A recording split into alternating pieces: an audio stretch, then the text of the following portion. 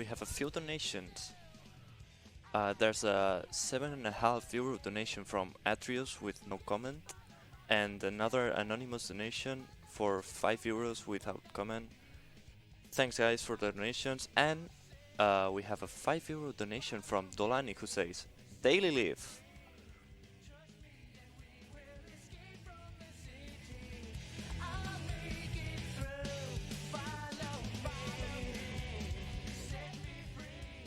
It seems we are all set for the Ōkami run, so good luck to Kenin.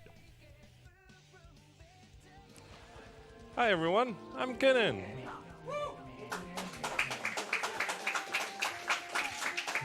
Hi.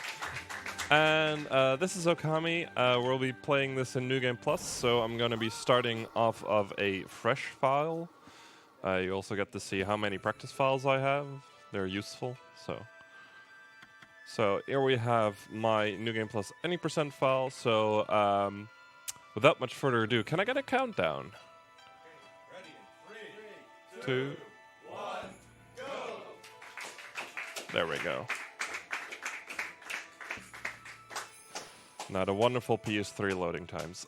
Anyways, the cool thing about New Game Plus any percent, first of all, that we can skip all the cutscenes, so we don't have to watch 14 minutes of cutscene at the start. Believe me, you do not want to run categories that do not have cutscene skips. We're gonna go straight into the tree. This is the tutorial area of the game. We're playing as Amaterasu, also known as Emi. She is a wolf god who has lost like her brush powers. You might notice me jumping in and out of cutscenes. That is to preserve my speed. Basically, whenever you jump into a cutscene, it stores your speed, and if you jump out of it, basically, it restores it as long as you don't touch the analog stick beforehand. So I mentioned the brush powers before. We're going to be using one you basically start off with, the ability to draw a star. Oh, if I can actually press the button. There we go. So in this case, we used it to finish a constellation, and by doing so, we got ourselves a new brush power. It's called Rejuvenation, and we can do this with it. Basically, the idea of rejuvenation is that it restores things, or it puts things back in its proper place by drawing the thing that is missing, basically. Mostly what people will be doing casually is just like grabbing the brush and just throwing it around and coloring everything black and just getting it. But yeah. Can I interrupt for a quick donation? Sure, go ahead. We have a €4 donation by Cowmaster123 who says, Brrr, there are 5 trillion cows living on your farm. Daily Leaf is the man for Charizard. Thank you very much. So here we're going to be using Rejuvenation to fix this broken sword. And in doing so, we can get ourselves a new brush power. Yeah, that was a bit too fast. So this brush power is called Power Slash, and what it does, it slashes things. It's one of those brush powers that most casual players will be using a lot throughout the game, because it's just a very useful damaging ability in fights as well. Oh, and just now we did our first skip. Basically, I walked around a fight trigger. For some reason in this game, when it comes to triggers, they're either too big or too small. We're going to skip another fight right here. And we skipped it.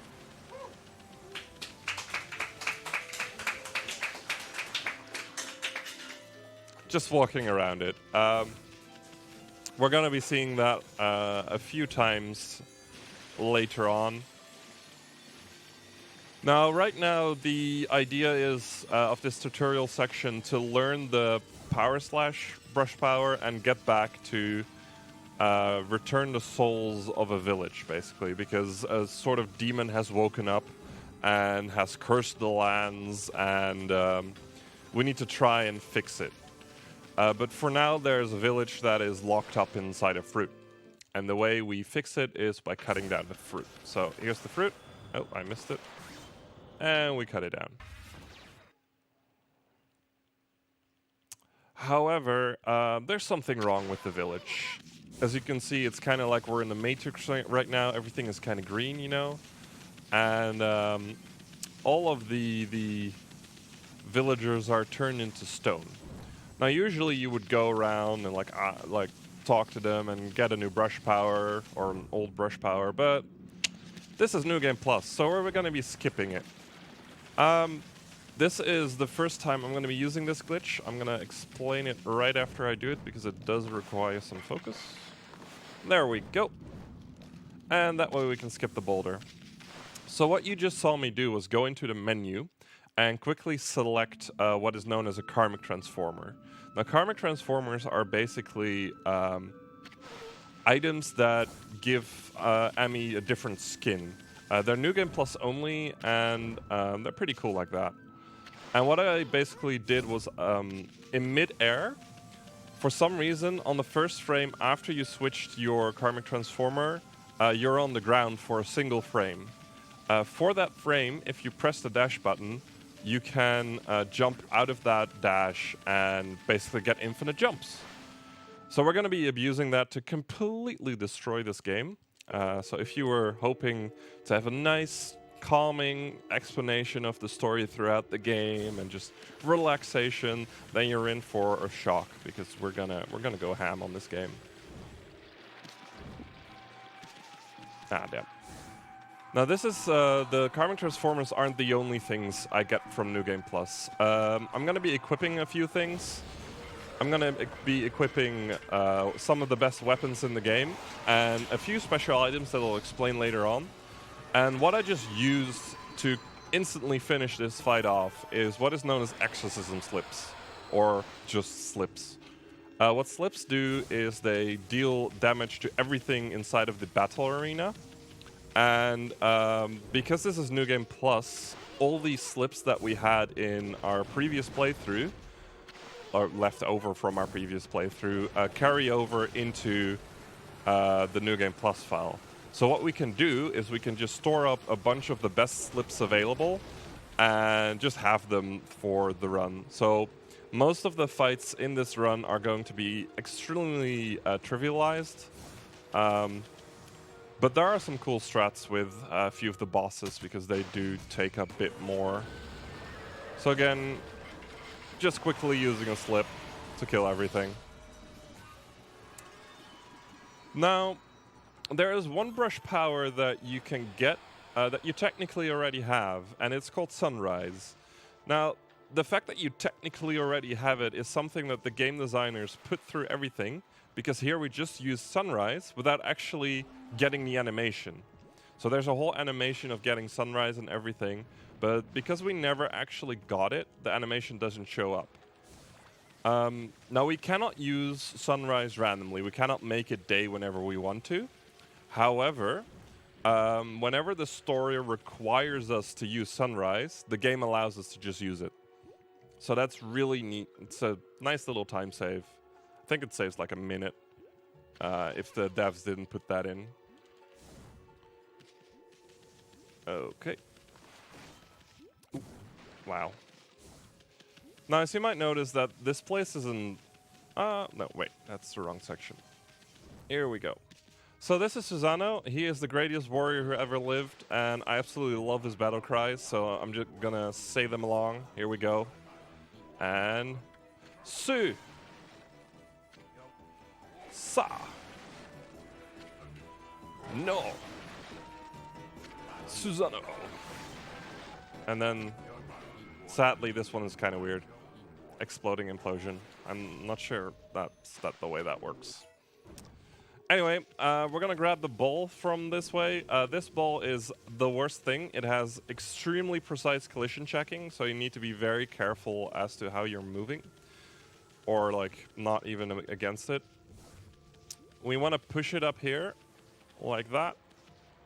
And then get it into the little basin.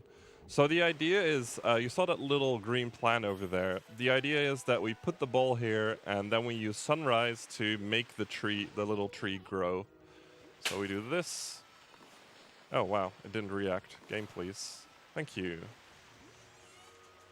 So that's another moment where we use sunrise, even though we technically don't have it. And by making the tree grow, you'll see in a bit how big it is. We get ourselves a new brush power. This is Bloom.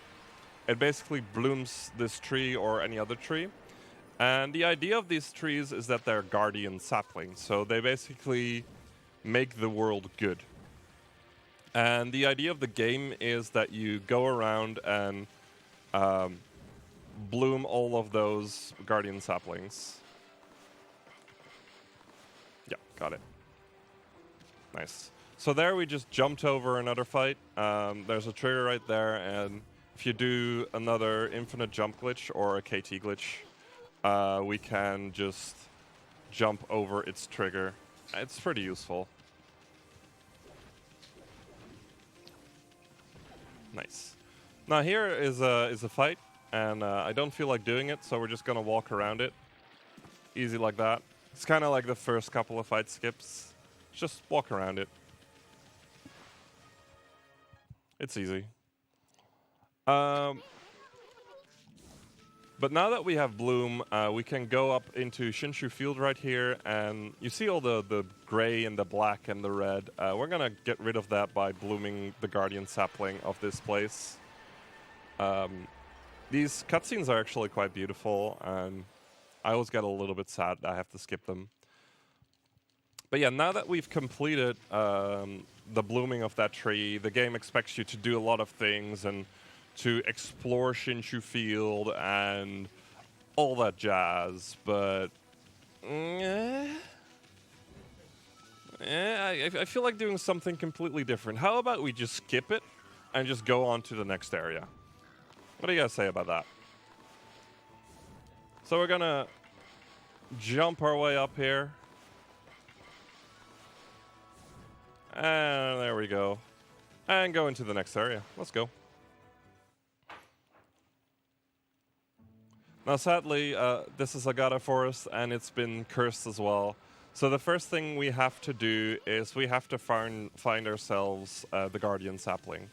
Now, technically, I'm not supposed to enter from here, so we're going to be entering the cursed zone for a little bit. And the cursed zone isn't fun, because you basically just slowly lose your health and you die, and you can't use your brush powers. So it's a little obnoxious. Anyways, by going in here almost instantly, we skip the brush power, and we need that brush power to get to the tree normally. However, we can just go out of bounds like this, and there's the tree, and we can bloom it from out of bounds. For some reason, that just works, and it's really nice.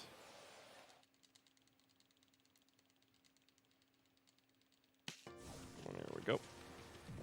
And then go through the worst tunnel in existence. This tunnel has your camera locked, and it basically just messes your movement up completely. Now we're going to be jumping up right here. There's an absolutely huge trigger for like a cutscene and a sort of boss fight idea. I'm going to reset this real quick.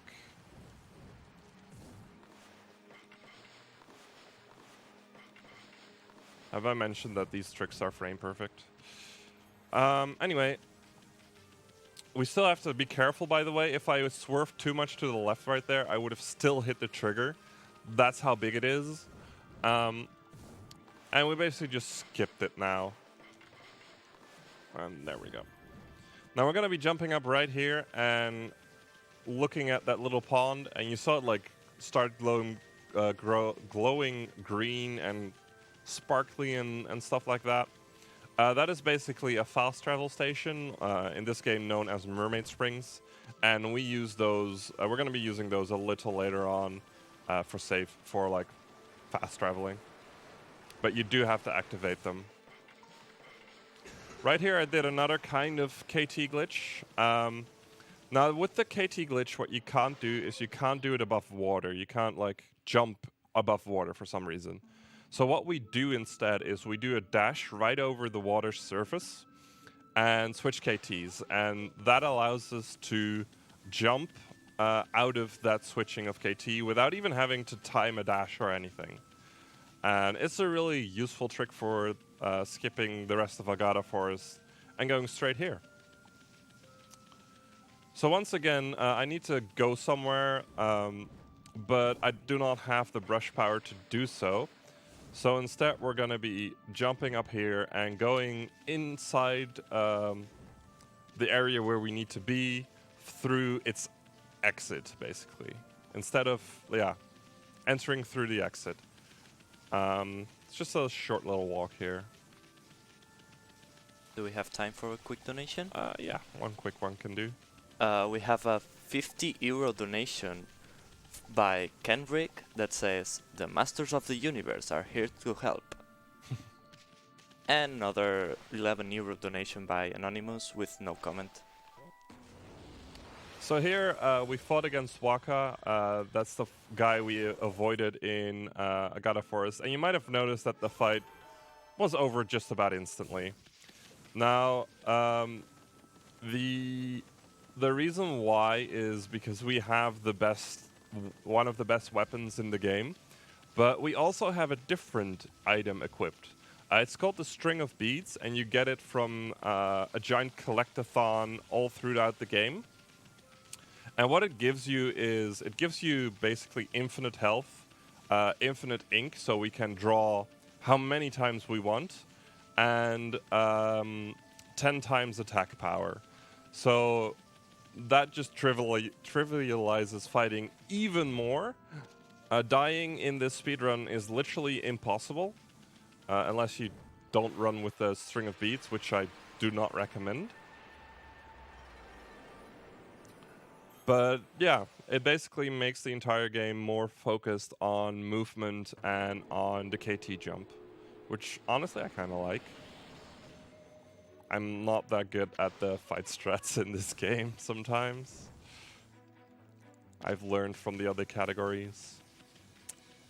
Anyways, now that we've bloomed Taka Pass, for the first time, we are not going to skip the entirety of Taka Pass. We're actually going to do things here. Isn't that amazing? So we're going to go over here first. There is a demon gate over here. Now, the idea with demon gates is if you run under them like this, you trigger a fight. And usually this fight has multiple enemies. So you defeat the first set of enemies, and then you wait, and you get the next set. Oh. As you might have noticed, each enemy has like a specific way you have to defeat them using the brush. It's actually really cool and interesting, and I do very much like the battle system in this game. So we fought that demon gate to get a mermaid spring ready. Again, fast travel stations, very useful. And we're going to go straight into this area. Now, this is going to be Sasa Sanctuary. And it's basically run by Sparrow Mafia, I like to call them. However, their daughter is gone, so the gates are closed. But no matter, we can just jump over the loading zone right here. Like this. And then we're going to make use of something really cool in this game. I'm going to jump out of bounds like this. I'm going to make sure I line up correctly. And 1, 2. Okay. So a cool thing about this game is that interior areas are below exterior areas. So if you go out of bounds and you fall down in the right spot, you can basically fall into houses, or in this case, the actual Sasa Sanctuary building. And it basically makes us skip a really, really big quest. And we're gonna help out this dude because the little sparrow has lost all the water to his bathhouse. So we're gonna go down and dig a spring for the guy. So in the digging game, the idea is to get the green guy over there all the way down to the bottom. It's called Mr. Bamboo. There we go.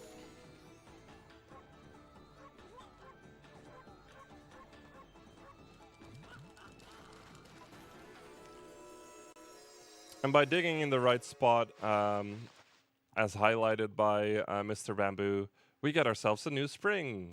Yay! And a new brush power. So this brush power is water spout. It basically gives us control over water. So for instance, we can douse this little guy, but we can also make water pillars like this. And we need it to be able to continue into the next area.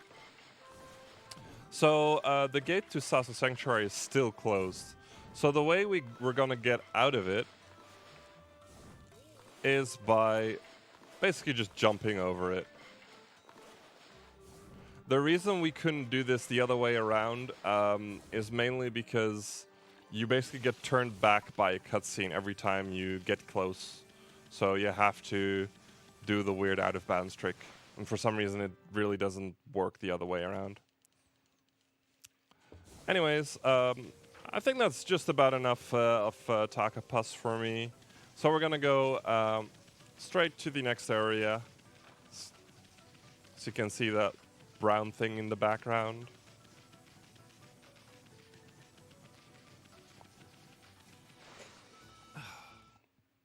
Stay hydrated.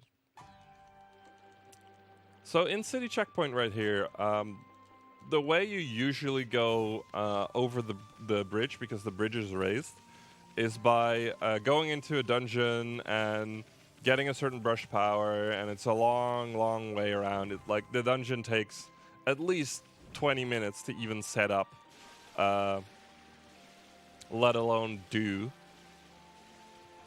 However, there's a really nice glitch while swimming, is that when you swim into a corner, for some reason the game gives you an auto jump. So by using that fact, we can jump our way up into this little alcove. We're not supposed to be here. And we're gonna be using more KTs to get our way all the way up here. And we just skip like 20 minutes to half an hour of game just by doing that. It looks really simple, but it actually matters quite a lot.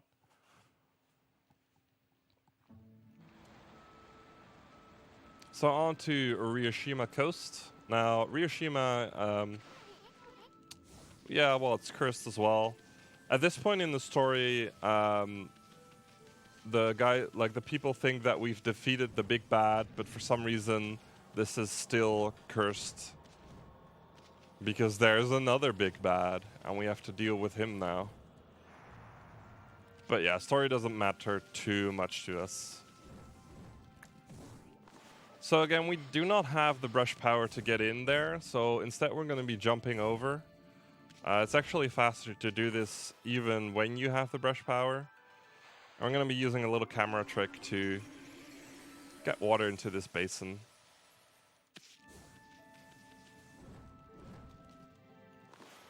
Now, by putting water in the final basin, the little sapling over there is going to draw strength and become a big tree again.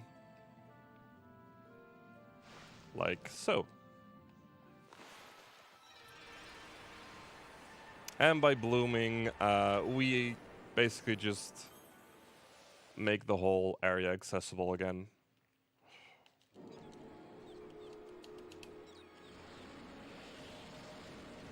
May I interrupt for a quick donation?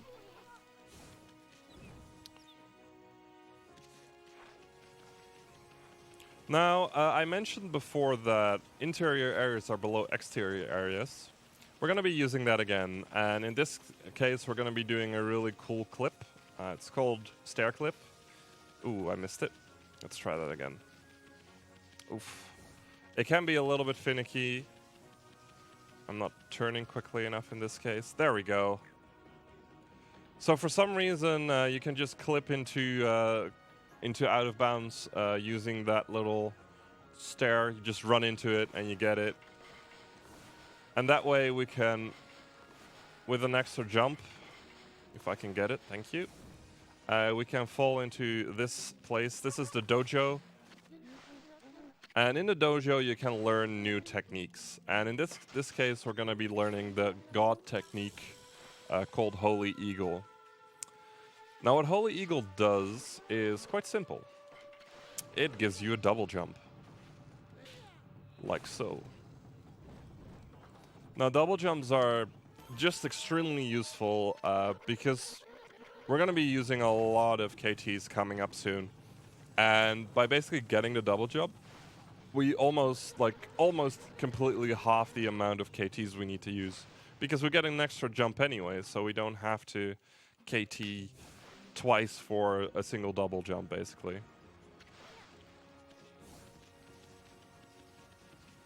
And there we go.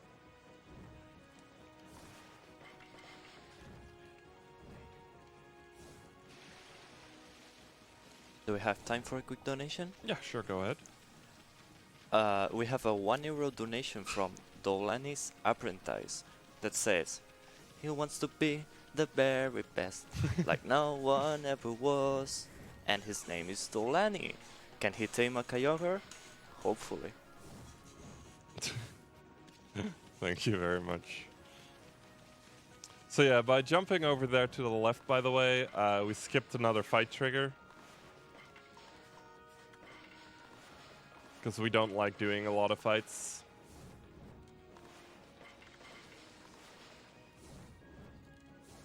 And here we're just gonna jump over this gate. You have like two guys saying like, hey, you can't enter, but you can just jump right over them and they'll totally allow you in. And go into Northern Ryushima Coast. Now, Northern Ryushima Coast is has already been uncursed, and that's thanks to Waka over there. Now, it took me about 25 minutes to get there. But for some reason, Waka will always say, you're so slow to get here. It's like, please. Most people take like hours and hours to get here, and I only took 25 minutes. Yeah, Waka isn't always a nice guy.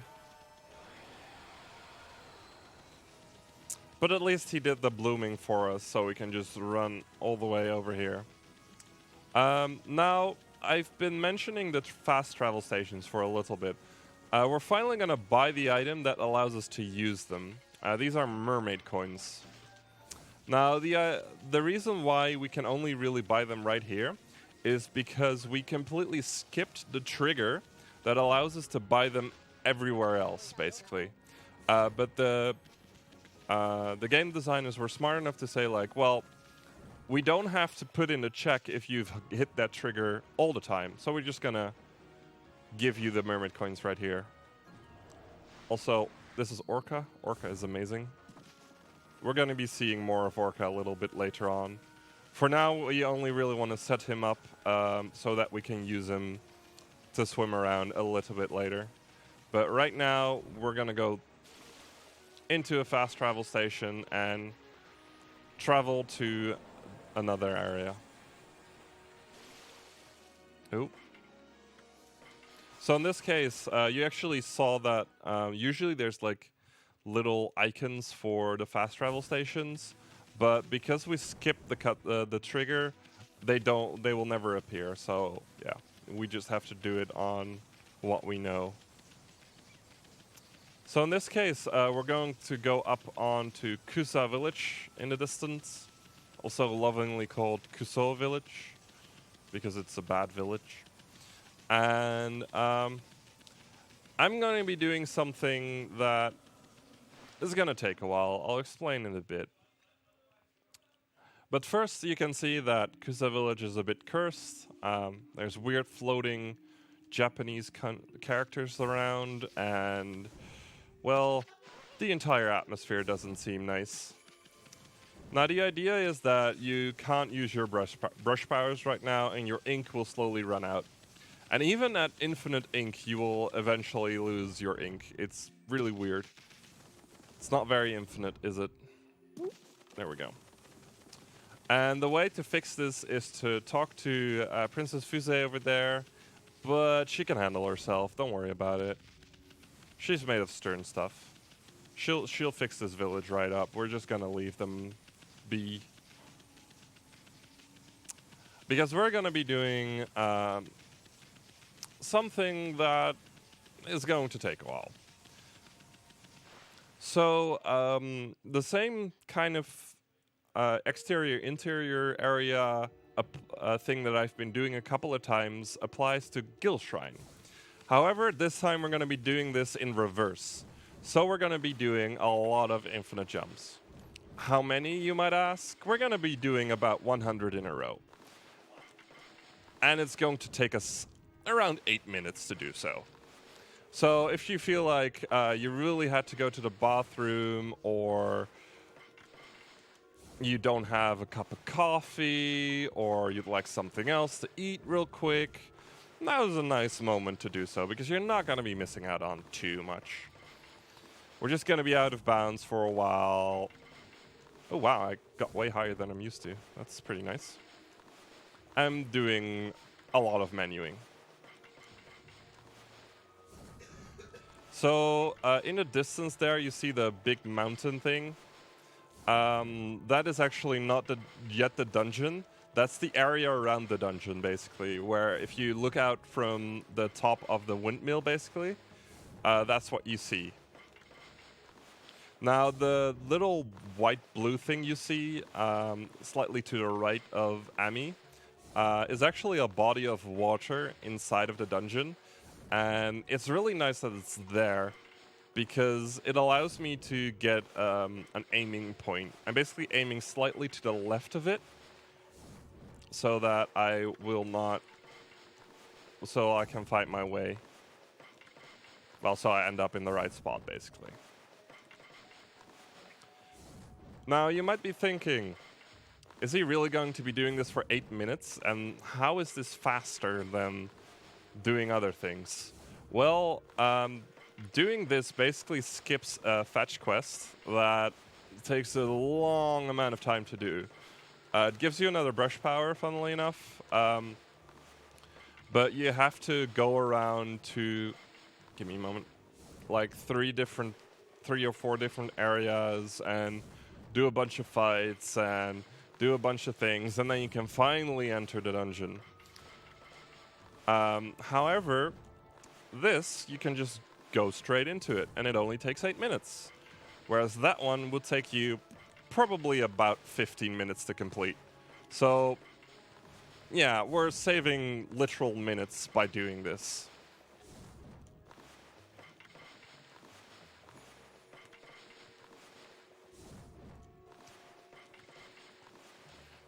So while I'm doing a lot of KTs, I might as well talk about them a little bit more. One of the things you might notice is that whenever I finish a KT, so whenever the first menu happens, I buffer a single frame.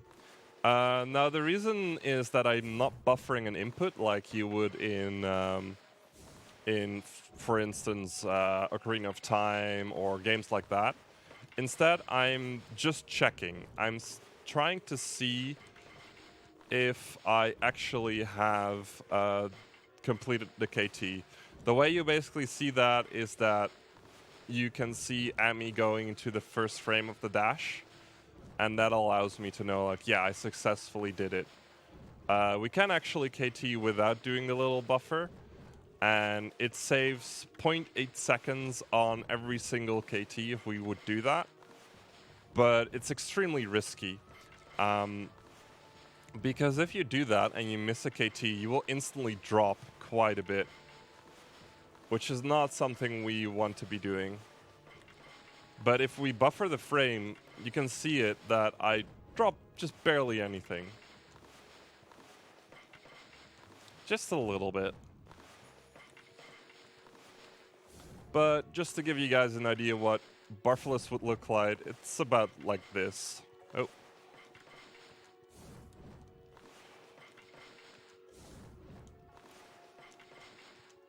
Yeah, I can't do a lot of them in a row right now, so we're just going to continue with buffered. We have been implementing bufferless KTs a bunch in the top runs, because they just save so much time overall, especially in this section. And it's been pushing the world record time for this game down a little bit. Down to the point where we actually have a tied world record at the top, tied to the second. It's pretty funny. But it's one of the things that's possible in this game because we go by in-game time, and the in-game timer only shows you the seconds. It doesn't show you milliseconds, so.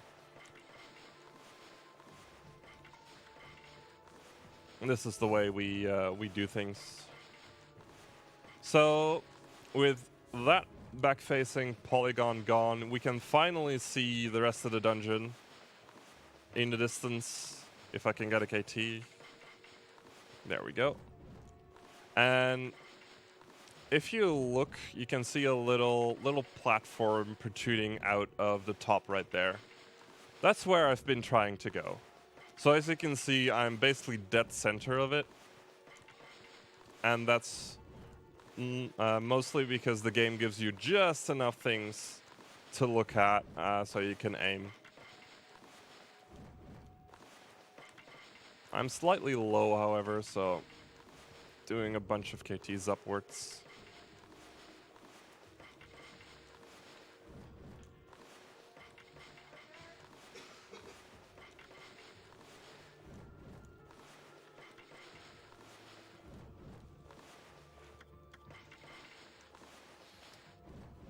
If you have anything to read out or anything, that was a nice moment. Just a short one. For sure. Just gonna remember the viewers that if they are Twitch Prime users, they can consider using their free monthly subscription right here on the ESA channel. They'll get access to both the ESA and BSG emotes, and you get to support both events. During BSG Annual as well, any donation over €5 over the course of the event will make you eligible for one of the 10 Action Hanks Steam codes kindly donated to us by True Black Shark. So we're getting slowly closer and closer to the end, and just to make this entire trip even worse, I'm going to be attempting another kind of glitch thing all the way at the end. So I'm currently setting up for that by changing my camera around and putting it in the right angle. And it can actually be very distracting from KTs. But I've been doing quite well, except for this fly in my face. Go away. I think it's gone. Don't worry, Thex, don't worry. Don't have to come and swat it. There we go. So we're gonna go straight up for a little bit here. I think my angle is just about right. I don't have to have a precise angle, so that makes my life a lot easier. So right here, we can finally see the platform. Now the platform is an octagon, basically. And we're going to be doing something funky with it. It's very important that that is a thing you know it is. Okay, I'm slightly off. I'm just going to drop down a bit. So what I'm trying to do is I'm trying to hit a trigger. Like this. There we go. Ah, I can rest. So basically, there's a trigger on the platform. However, that trigger is spherical. So if you can actually hit the trigger without being on the platform. So currently, I just void it out by tapping the brush real quick. It's very important that I do void out, or else I'll soft lock the game. It's not a pretty one. And because we've soft locked, we cannot see the constellation, but I still got it first try. That's really nice. And as you can see, because we voided out, we got put back at the start of the dungeon, because that was the last time we hit solid ground. So we just did like 100 KTs to go up, and we did one trick to go all the way back down. And this trick saves about 45 to 50 seconds simply by doing that. It's a really nice one. And now that we've got ourselves a new brush power called Gilstorm, we're just gonna go away. That's all we really needed from that dungeon. We don't need to finish the boss of that dungeon I mean, it would really help out the people in this village, but I got better things to do. So right here, I'm jumping over an invisible wall so that I can... I can void out, and for some reason that puts me all the way back at the start of the village. Saves a good 10 seconds. I have no idea why it does that, by the way. It just does that, so I'm okay with it. So now that we've left Kuza village behind, and don't worry about the curse thing that they are or whatever. They'll deal with it. Don't worry about it. They got this. We're gonna go over and revisit another area that we completely skipped a while back. I'm gonna just grab a drink real quick.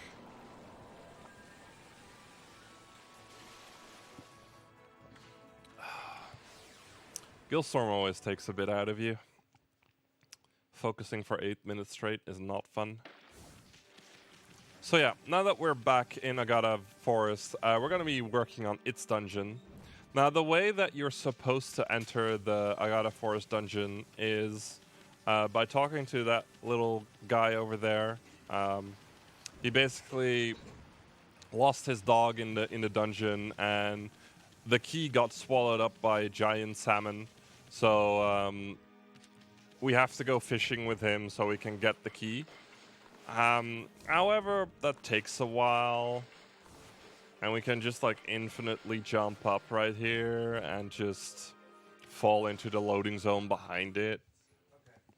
There's no real reason to do anything else. So right at the start here of Tsuta Ruins, I'm going to be jumping all the way up here. This is mostly to skip almost the entirety of the dungeon. Yep, there we go. So we just skipped about half of the dungeon, and we got about a quarter of the dungeon left to skip. And sadly, we do have to do 1/4 of the dungeon. We can't skip everything. That would have been nice. Just walk in, get the brush power, and walk out. It's technically what we're doing anyways. Anyway, to continue on here, we're going to have to destroy the 3 demon gates you just saw shown there. And of course, to do that, we are going to use our favorite little tool called the Exorcism Slip. Each fight basically just becomes, how fast can you menu? Which I don't mind. The new game strats for these fights are pretty sweet, though. There we go.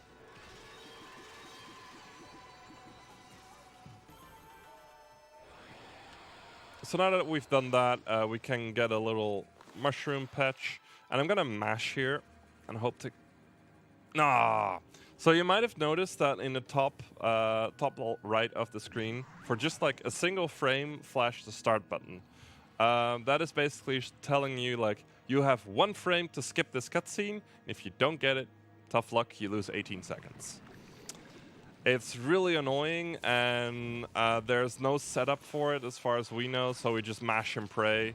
I actually got it in practice earlier today, but yeah, it's just mashing and hoping that you get it. It's the only real annoying luck-based thing in this game. There's one other random thing though, but that's not for a while. So now that we've cut through the pots and made the water all nice again, we can go into the center of the dungeon. Now in the center of the dungeon, we've got these little patches, and we're going to be using the bloom power.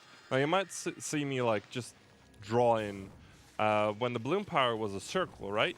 Yep, but it also has the ability to do this basically. If you draw like 6 circles, is what I usually count, you can get it to bloom and become pretty. And by doing so, on all the patches, we get ourselves a new brush power. This new brush power is called Vine, and this is what it does.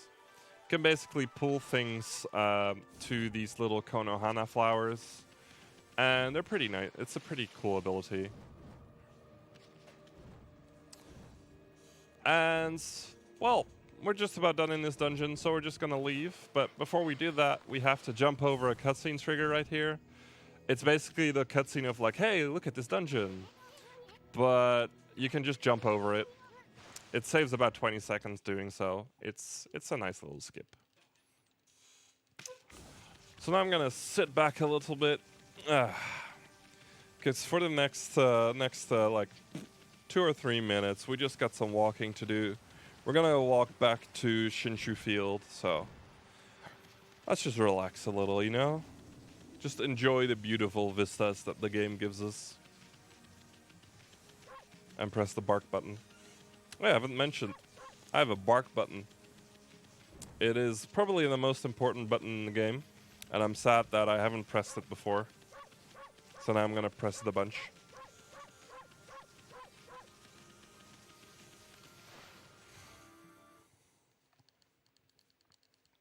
So now we're all the way back in Shinshu Field. We're actually going to do one of the things that the game expects us to do all the way at the start. So we're going to be jumping down right here, and we're going to go into that little hut. So in this hut resides a priest, and that priest has a problem. There's been like monsters marauding around Shinshu Field, and he wants them gone from the world.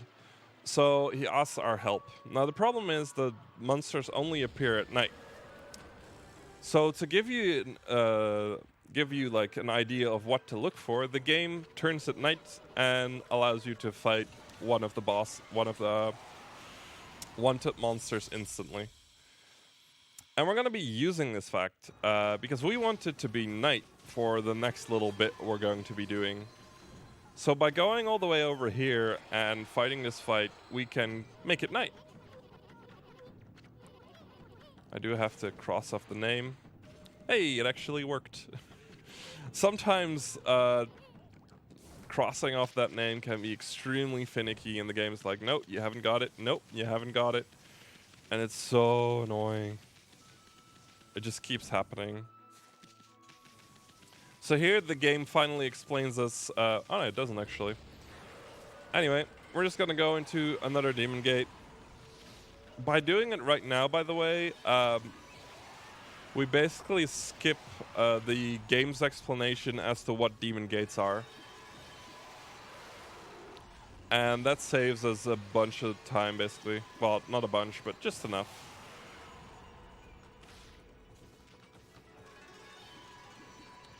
We are gonna get like the post-demon gate explanation, like, hey, look at what happened. But we skipped that cutscene, so. And by defeating that demon gate, we can go straight into the Mermaid Spring right here, and go all the way back to northern Ryushima coast.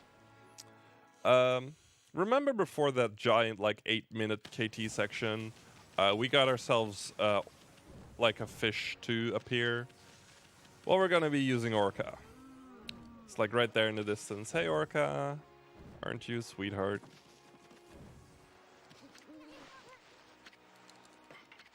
So we're gonna get on Orca, and we're going to be going off to a Watcher's Cape, or right there in the distance. Now, the game doesn't want you to go there yet, but we're just gonna force it anyways. And remember when I said that you can't do KTs on top of water? Well, you can do it on top of Orca, so we're just going to do that. And then we're going to go straight to this little guy. Now, he is called the Stargazer. What the Stargazer basically wants right now is a star. And because we drew him a falling star, he's going to make a wish, and he's going to wish for that giant galaxy to appear. Look at how pretty it is. However, there's a problem. It's not spinning. So to fix that, we're going to be summoning wind on Earth so that it starts spinning. Look at that. That is a beautiful spinning galaxy. And totally how physics work. And by making the Whirlpool Galaxy spin, we actually get ourselves a Whirlpool. Now that Whirlpool, nice, actually leads to what is called the Dragon Palace.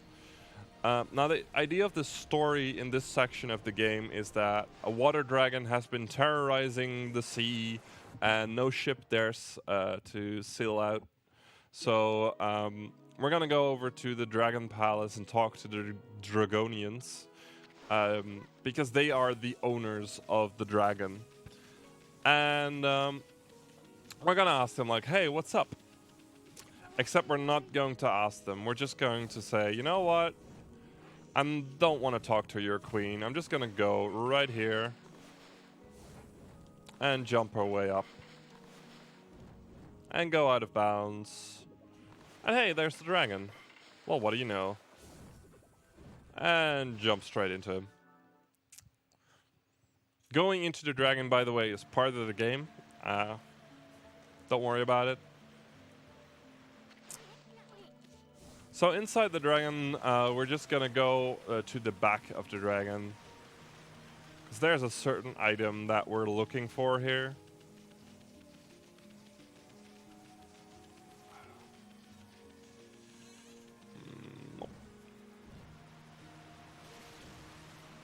But not before grabbing this key.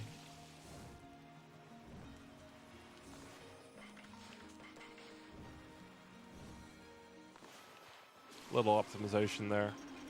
So a cool thing about keys is I can just drop it right now. Or I can just drop into the water. That would be cool too, I guess. But if we move away or the key despawns, you see it just reappears back into my mouth. It's a neat little thing you can do. So now I can just bark a little bit.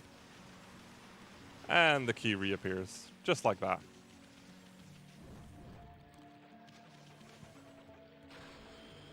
Now what the game expects you to do is to go back further into the dragon and release some gastric acid. Instead, we're going to be using a little trick. Now the game, as you can see, there's an orb at the back there, and we're going to be using a water spout on it. Now the game is programmed in such a way that basically using water spout on it will release the orb. Oh, I just skipped a cutscene, didn't I? Interesting. Anyways, by releasing the orb, we get into the fight against what are known as the fox fires, I think? Either fox fires or the fox rods. I think it's fox fires. Anyways, after beating them, we're just gonna walk around and store up speed so we can use that a little later on. Now, by defeating the foxes, however, yeah, I had a feeling. So this is a cutscene that I should have triggered earlier, but I accidentally was too late for that one. So after defeating the foxes, the dragon is actually dying, so you got all these little... We tend to call them RNG acid drops. We call them that because they just drop randomly around you. And during these jumps over water... Nice, we got lucky. They can completely mess you up and make you drop into the water. Luckily that didn't happen, so we can just keep going.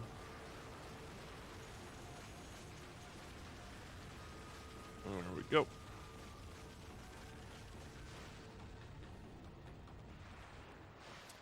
Sadly, however, we kind of killed the dragon. Oops. We should probably, like, tell the Dragonians that we did that, shouldn't we? It's probably a good idea. So let's go over there.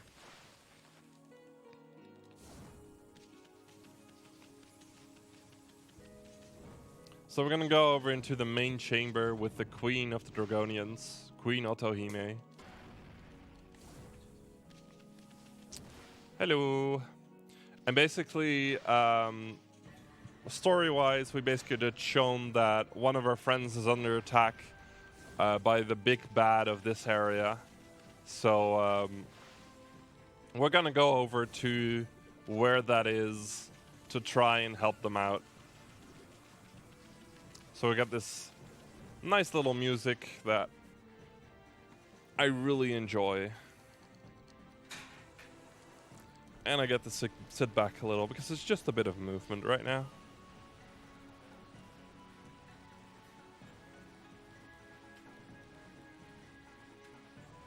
Ba, ba, ba, ba. Absolutely adore the music in this game.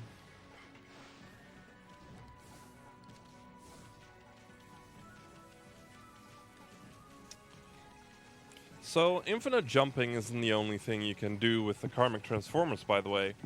I'm going to be showing off something I like to show off during marathon runs. I absolutely adore this little glitch. I'm going to go to a horse. I'm going to grab him.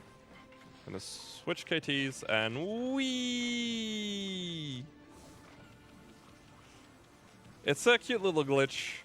We call it the telekinetic grab. It does absolutely nothing except make the horse spin around. And I just like showing it off. It's one of those small things.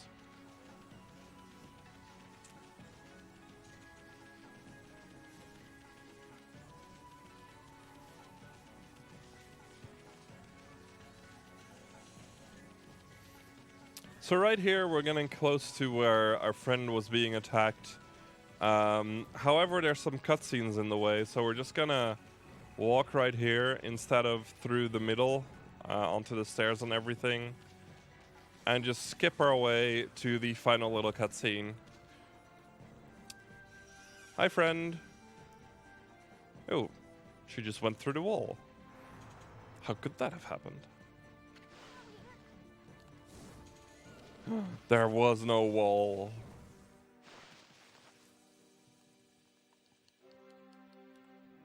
Oh yeah, we entered this area for the first time, so it's going to show us this bridge.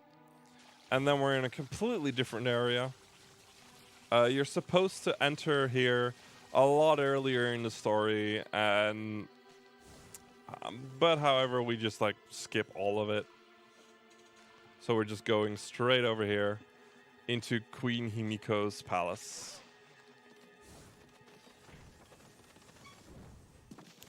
Now, there's a slight problem inside of Himiko's palace. It's actually being guarded by a pool of lava. Don't ask me how it got there, but it is basically a pool of lava. Now, the way you normally get over it is by using what's called the fire tablet, but we don't have that. Luckily, the lava reacts in the exact same way that any other liquid does, so we can just do a liquid KT off of it and completely skip the fire tablet. Doing that skips like another 20-minute section. Do a quick fight against the personification of the big bad. However, the big bad messes everything up, and we're gonna have to go over to the big bad and destroy them, basically. There we go. 1, 2, 3.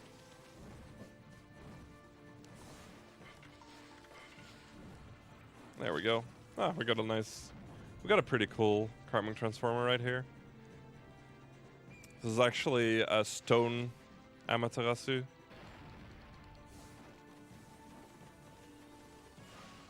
I know some players love to play through the game with their favorite Karmic Transformer, and I used to play a lot with this one.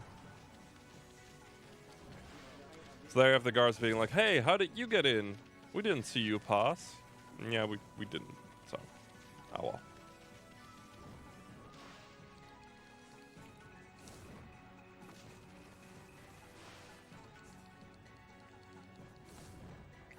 So again, we didn't clear Waka right here. Waka tells us things. And we actually cannot pass him the other way around than that we're going right now until we've spoken with him again. However, because the game expects you to come from this loading zone and not the other one, we can just walk away from him and we don't have to talk to him again. It's pretty neat.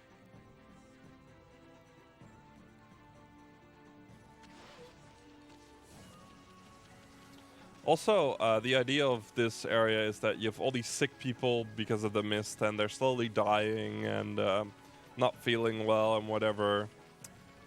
But I bet they'll be fine. They can handle this themselves. We don't have to help them.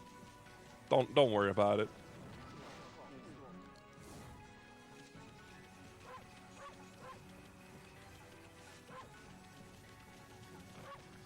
Fly, go away.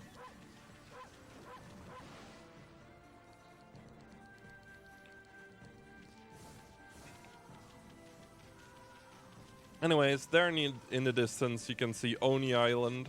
It's like all the cloudy things and whatever. And we need to go over there and defeat the big bad.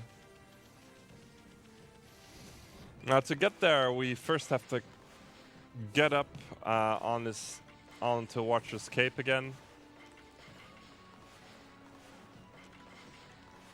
Oh, come on.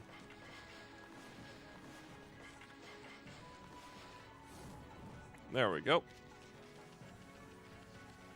Now I do have to be careful right here. I'm gonna skip the corner. That's not just because it's faster, but that's also because there is a fight trigger there that I'm trying to skip. So it's like small things like that.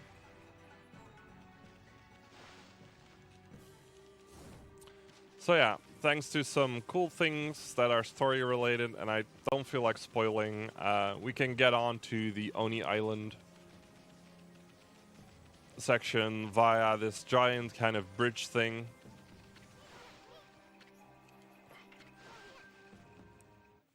Okay. Now this is Oni Island. However, I don't like this dungeon, so I'm just gonna skip about 2/3 of it, something like that, and we're just gonna go over to the outside of the area. Now, most of the outside of this dungeon is on this same map. So what we can just do is by going over here, we can get to another section in the dungeon where it basically goes to the outside.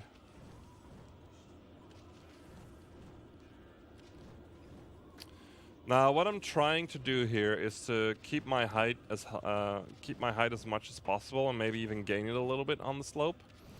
And to do that, I have to make sure that I jump the moment I land.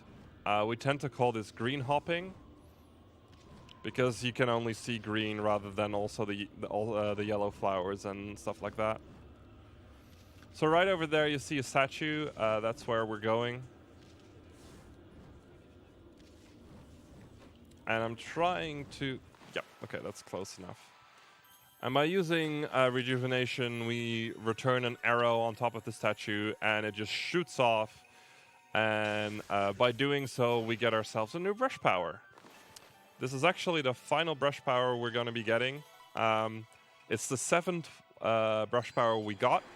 There are technically 13 brush powers in this game, but yeah, we only need to get 7 to beat it.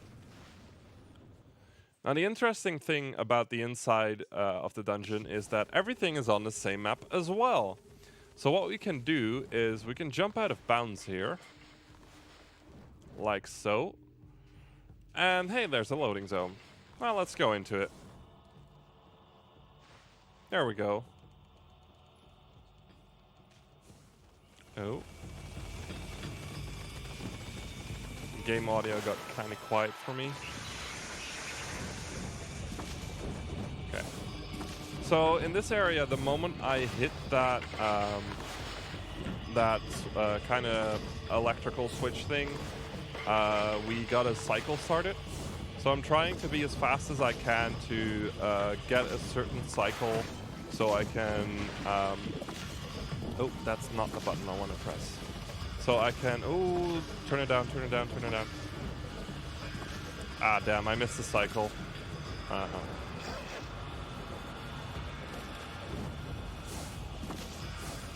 And, but oh well.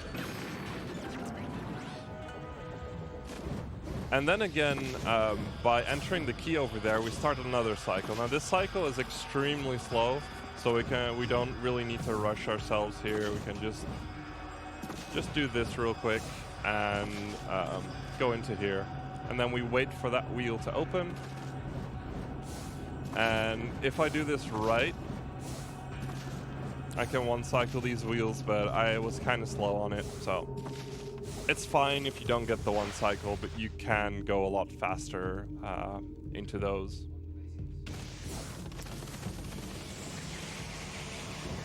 Now we're gonna jump over here.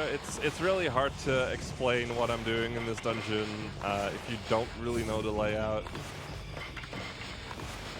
But don't worry about it, because we're jumping right into the best character of this game. He is the truest of speedrunners. His name is Toby, and he's a slab of paper. Hi, Toby. So Toby, what Toby does is he races you throughout the dungeon, and basically he is the guard of this place. And by challenging you to these crazy races, he's trying to kill you. He's pretty cool like that. Also, if you finish the final... Ooh, I thought that was a KT. Yeah, let's try this again. If you finish the final race with him, he will actually die. However, we never actually do the final race in New Game Plus. So, Toby lives. So we don't have to kill Toby, which is amazing. It's one of the reasons I absolutely love this speedrun.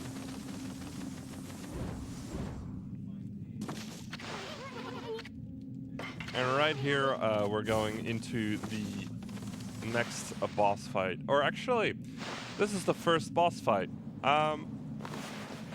So we've been playing this game for a while now, and we're finally going to see a boss fight. In this dungeon, we actually have to defeat the boss to make things go faster.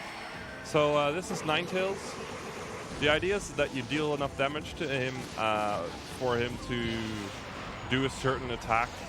And if you hit him with thunder while he does that attack, he splits up, and then you can defeat like parts of him. And during each of these phases, you're looking for a big one and an old one.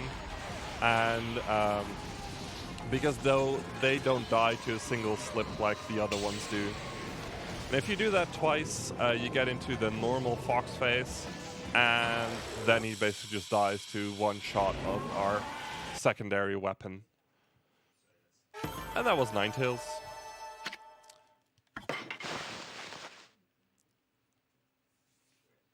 So we do not want to save the game because, well, obvious reasons. It will be really slow. Especially with the fact that I'm running this on a hard drive and not an SSD, so it would take forever to load and save and everything. So now that we've finished getting all the brush powers, it's time for us to go. Not all the brush powers, all the brush powers we need. It's time that we go to the final part of the game and finish it. So we're gonna go over here and use a mermaid coin again.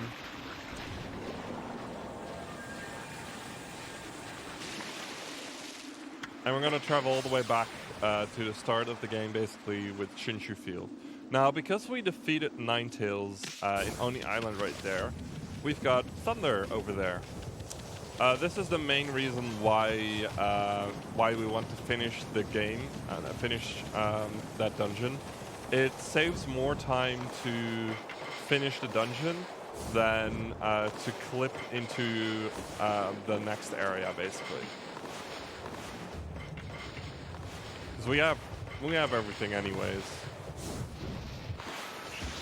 So right there, we use Thunder on the giant statue thing, and that opens up the way to the final area of the game.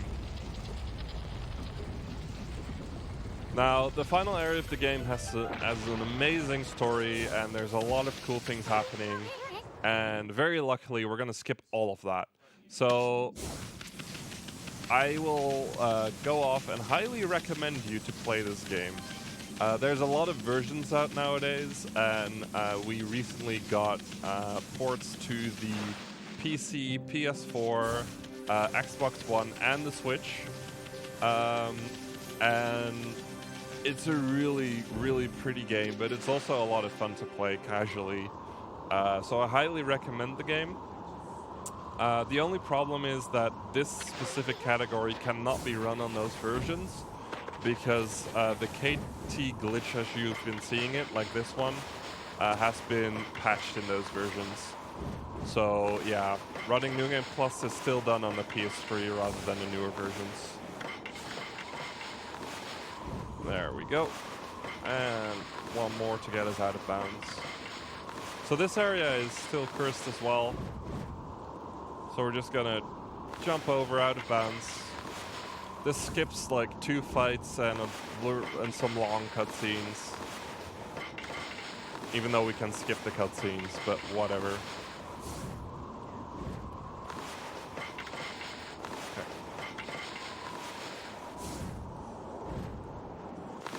There we go. That's not gonna work, is it? Nope. Not close enough. So I'm trying to let the freebie spawn so I can bloom it out of bounds. And look at that, it just completely destroys the rock. Wow, that is a strong tree. Now coming up next is a very scary section. If I mess up on my KTing, I might fall into a trigger, a fight trigger to be exact. And if I do that, I actually soft lock. Because I do not have the brush power needed. Ooh. Come on, thank you. Brush power needed to complete it. However, we just jumped over it, so no soft lock today, which is nice. I actually got my used an extra KT for that one for safety. Usually I do it in 2 KTs, but you can do it in 3 if you're a bit scared of it. I usually do that for marathon runs.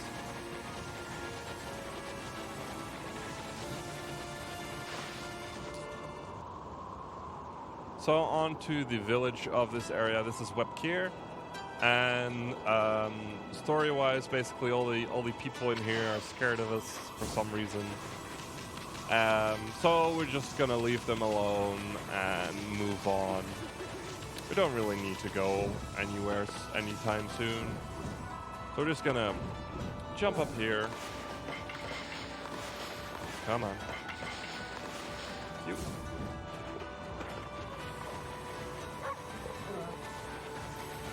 And now we're gonna skip this little gate over here.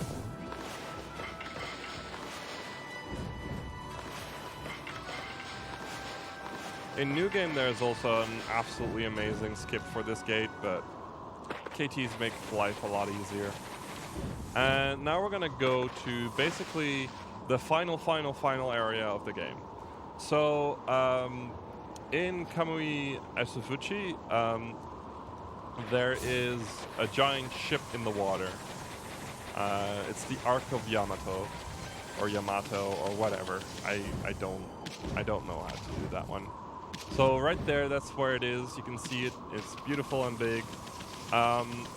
And in the story, once you can enter it, it basically floats out of the water, and a giant rainbow bridge appears. However, there's something really cool about that rainbow bridge and what's at the end of that rainbow bridge.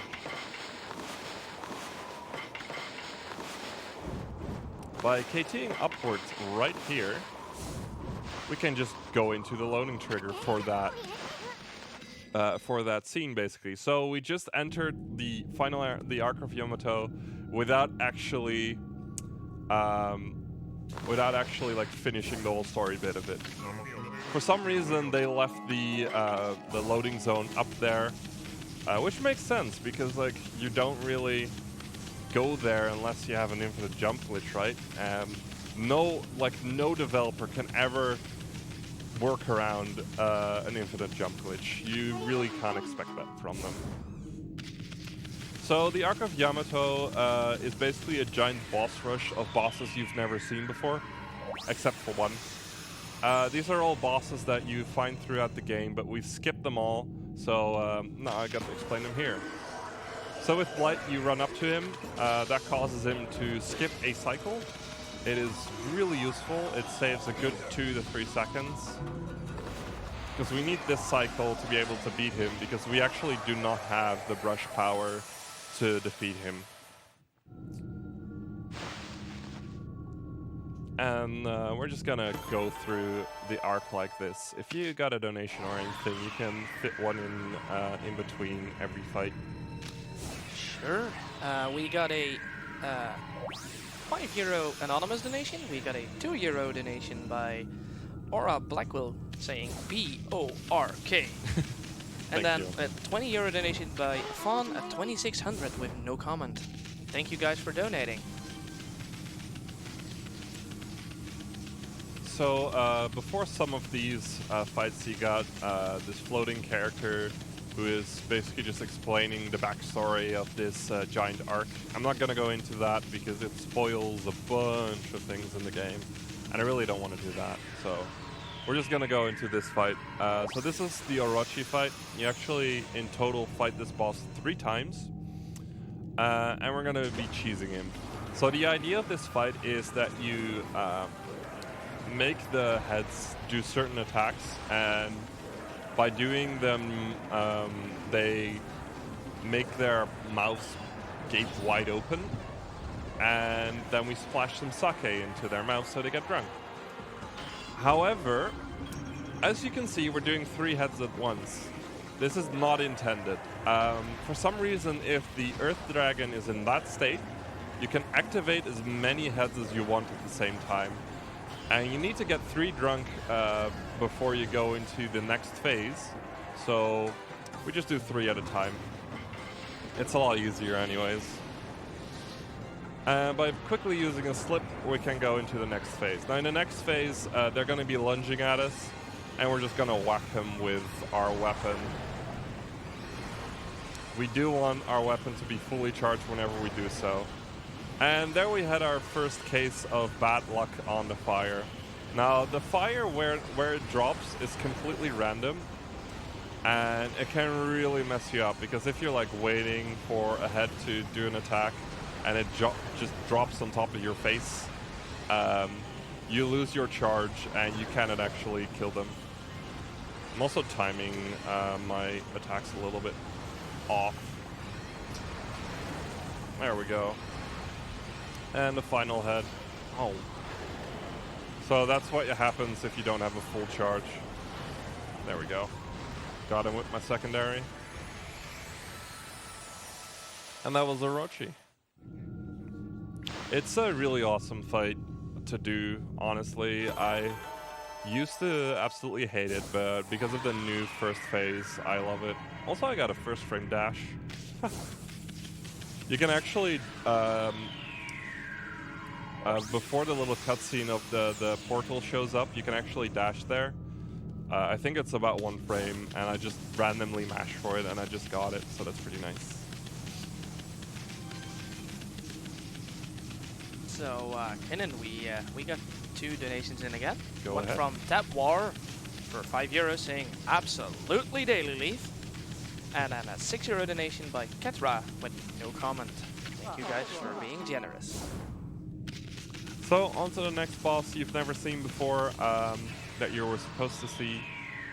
This is Spider Queen. Now, Spider Queen is the boss of Tsutai Ruins, and the idea is that you use Vine to connect hooks up to her back. Now, first what we're going to do is make us fly to the other side of the arena.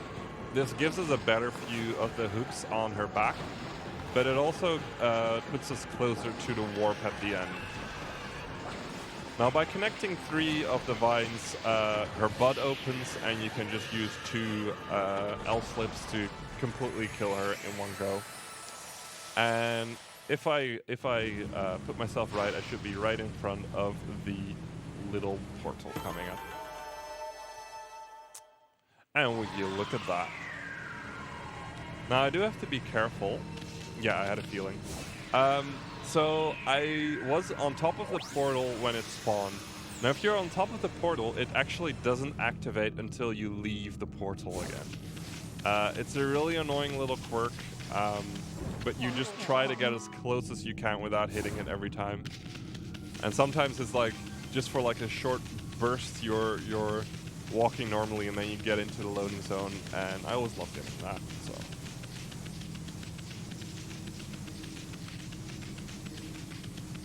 Anyways, the next boss is Crimson Helm, I think it was? Yeah, Crimson Helm. The idea of Crimson Helm is he's the boss of the Guild Shrine. So he has armor.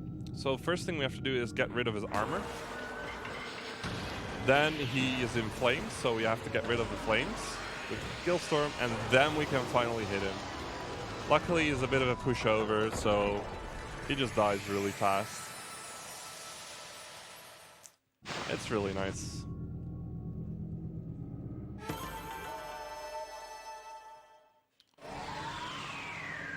And that's the next portal.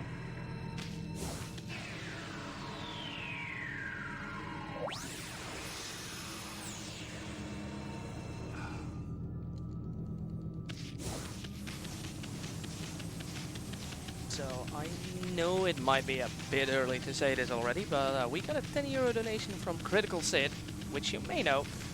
Hi Kindad, good job on the run, buddy. Bork! Bork. Thank you, Sid. Anyways, the final boss of this area, of the boss rush basically, is the only boss we actually have seen before. It's Ninetales again, and the same strats apply completely, so right off the bat we're gonna hit him with our secondary weapon like so. Then we're gonna shock him so that he splits, and we're gonna grab the big one, kill him with a sword, and then use a slip. And rinse and repeat. Oop, that was slightly early.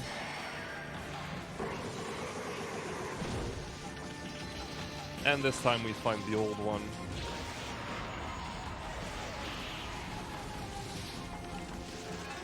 Now this time, for some reason in his second phase there's a little bit more health, so we're gonna use a slip to make it a bit safer to get the one-hit kill.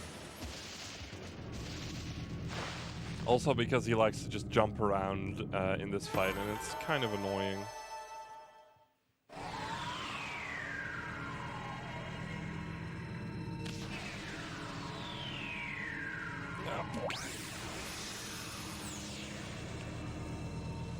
So that is all the fights in the boss rush, and now all the red is gone from the Arc of Yamato, and we only have this beautiful blue. But by defeating all the bosses, the portal appears. And that portal leads us to the final boss of the game, who is called Yami. Now, I'm gonna preface this fight with, please, if you ever play this game casually, don't do what I'm about to do. Play it without using any items, and you'll have a wonderful fight, and you'll absolutely adore it. Don't do what I'm doing, because I'm gonna cheese him with slips. So we're gonna use so the idea of the fight basically is that at the start of your fight, you lose all your rush powers, and one by one you have to get them back by dealing enough damage to Yami. Now, because I'm so extremely overpowered right now, I deal so much damage to him that he can barely really do anything, and this entire boss becomes an auto-scroller to basically just like get your abilities back one by one, and it takes a while. And it makes a really well-designed, beautiful boss fight, and just makes it extremely boring. So that was the first phase. We're gonna go into the second phase. And you can already see, like, right before this cutscene happened, that he basically had no more health left. That is completely normal. That's just how overpowered we are. And we're gonna just... yeah, now he no longer has any health in this phase. Cool beans. Now you might notice, by the way, that I'm getting brush powers that I haven't actually gotten inside of the game while playing. Basically, the game doesn't really expect you to get here without getting all the brush powers.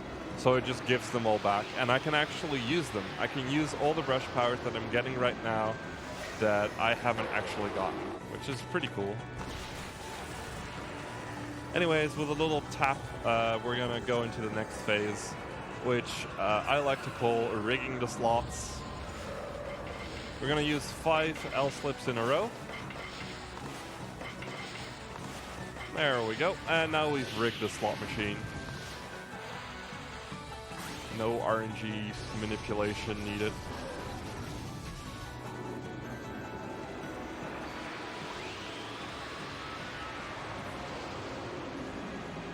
And we get more brush powers back. So in this phase, we just have to go through a couple of cycles of Yami just doing the slot thing. Again, if you actually just play this normally, it's an absolutely beautiful fight, but yeah. We kind of cheese it. We cheese it in every single category, by the way, because even in New Game, you can just buy a whole lot of slips at the end and use those to completely cheese the hell out of this fight. So now we get the final brush power in this phase. We're gonna go into the second to last phase. Yes, this boss has a lot of phases. There we go. So for this phase, I'm going to front load 6 slips. 2, 3, 4, 5, 6. There we go. Because that way, all I have to do is use 1 slip in between the other cycles, so it becomes a little bit quicker in my opinion. Doesn't really matter too much. There we go. Just 2 more brush powers after that, and we're gonna go into the final phase of the fight. Now, in the final phase, you think you've defeated the boss, but then he returns and he takes your powers away again and makes it completely dark, so you can't even use the power of the sun to power yourself. And it's really dire and everything, and it's a beautiful story moment. Go play the game. But that's why it's going to be completely dark again right here. So the first thing you do is draw a sun, and still, because we've never technically gotten it, time, by the way, sorry, I should have mentioned. Because it's like, yeah. There we go. Final phase is over in an instant, sadly. And let's see what the in-game time is, 1:26:06. That is completely fine. That was somewhat the time I was aiming for. Even though my estimate was a 1:25, 1:30 would have been too high of an estimate, so yeah. That was Ōkami.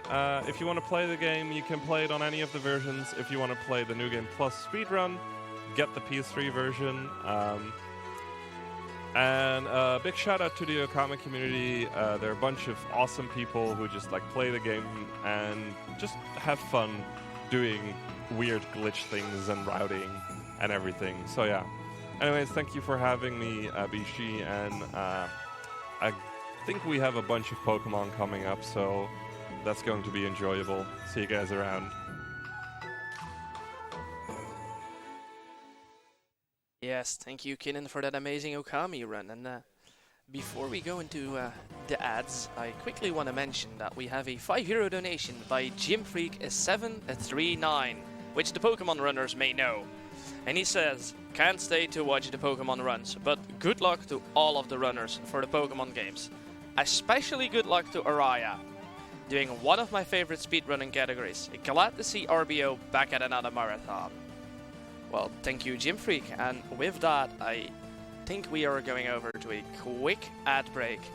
So see you guys back in a few moments.